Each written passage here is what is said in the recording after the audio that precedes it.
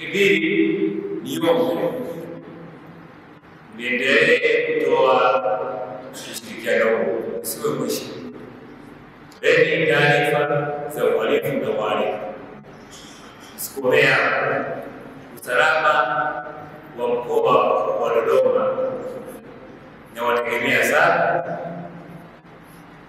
Kwa hiyo msiishie hapo, muendelee kutoa ushirikiano, kutoa taarifa za uhalifu na uhalifu, sababu sisi ni ndugu. Sisi polisi lazima tufanye kazi kwa kushirikiana na pamoja, na sisi tunawategemea. Jeshi la polisi tunawategemea nyinyi, sababu usalama unaanzia na mimi, wewe na sisi sote. Hali ikiwa sio salama, hatuwezi kupata nafasi za kuuliza swali. Kwa hiyo lazima tuhakikishe kwamba tunashirikiana kwa pamoja. Hao wahalifu tunaishi nao, tunawafahamu wengine, lakini kuna baadhi yetu watoe taarifa, wanajua hapa ni wahalifu, wanataka watoe taarifa. Tuweke taarifa kwa ofisi zao ziko wazi, fike msiwafumbie macho wahalifu. Madhara ya kuwafumbia wahalifu macho ni makubwa sana, kwa sababu wahalifu wachagua. Leo nimetolea kwa mwenzako, mtu kafanya uhalifu kufumbia macho, huwezi kujua kwa kesho utakuja kwa ndani. Kesho utakuja kwa ndugu zako, kwa jamii yako. Wewe kufumbia macho si ajabu, si ajabu. Zako zinapotika ni hapo.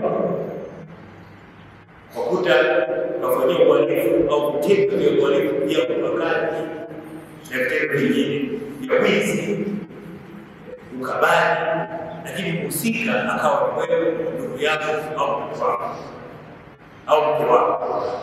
Kwa hiyo niombe chote tuendelee kwa ushirikiano. Wahalifu hawana mpaka na sisi tusiweke mpaka. Jambo la tatu, kuna uhalifu ambao wanatokeza. Watu wanajenga mianya ya kuwezesha uhalifu kufanyika, mazingira ya uhalifu kufanyika, aidha kwa kujua au kwa kujua. Mathalan, kuna watu sasa wanaibiwa fedha kutoka ndani ya magari yao, vitu vya thamani kutoka ndani ya magari. Mtu anachukua fedha, kiasi kikubwa cha fedha kutoka benki, anaweka kwenye gari yake, alafu anaondoka, anapaki gari, anaenda sehemu kula chakula, anaenda sehemu kununua. Amebeba fedha milioni 50, milioni 20. Ni fedha kubwa. Akuachia hata wote wanaondoka. Wanafunga gari, wanaondoka. Sasa watu wanafuatilia. Hakuna haja ya kuondoka kuacha fedha ndani ya gari. Kuna watu wameibiwa fedha zao waenda kesi kwa kuacha fedha ndani ya gari. Ni wao, tuchukue tahadhari, tusijenge mazingira. Kuna fedha kaweke umetoa benki, kaweke hata kwenye mitandao ya simu. Au basi kama uko wawili, msiache kuacha pesa zako. Hii ni hatari sana. Niwaombe, tunapoteza fedha kwa kitu kidogo sana. Kuna watu wengi wanapata magari yao, wanaacha fedha kwenye gari, wanaenda kulala. Watu wanavuja vioo, wanatumia funguo za bandia, wanabeba fedha. Lakini tukiweza kuchukua tahadhari, kutowatamanisha watu, kutowatamanisha wale wahalifu kufanya uhalifu. Tunatumia nguvu kubwa, tunatafuta fedha, tunajipoteza kwa uzembe mdogo au kuchukua tahadhari. Niwaombe tuchukue tahadhari. Jambo la mwisho, nakaribia kwenye sikukuu za kesho. Niwaombe tuchukue tahadhari. Tunaposherehekea sikukuu, tunapokuja kwenye ibada, tunaenda kwenye matembezi kwa karibu na jamaa, maeneo mbalimbali, tusiache nyumba zetu bila uangalizi. Uangalizi wa jirani, acha mtu mmoja, lakini hata wakati turudi mapema. Lakini watoto wetu tusiwache bila uangalizi wa mtu ambaye tunamwamini mtu mzima, ili tuweze kuwanusuru watoto wetu, lakini tuweze kunusuru marafiki zetu. Na hiyo siku iliyopita wale watoto waliuawa, lakini kwa kuchukua tahadhari.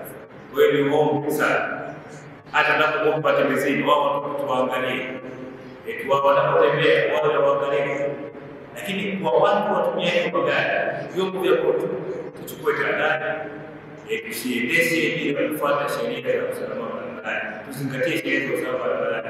Kuna wengine wanalewa wakiona kwenye mchezo ambao ni msimu kuendeshaji vipi vitendo ambavyo kwa kweli ni sikukuu. Nataka sikukuu tusherekee kwa amani. Sikukuu ni amani na utulivu na upendo. Sikukuu isilete balaa, isilete huzuni.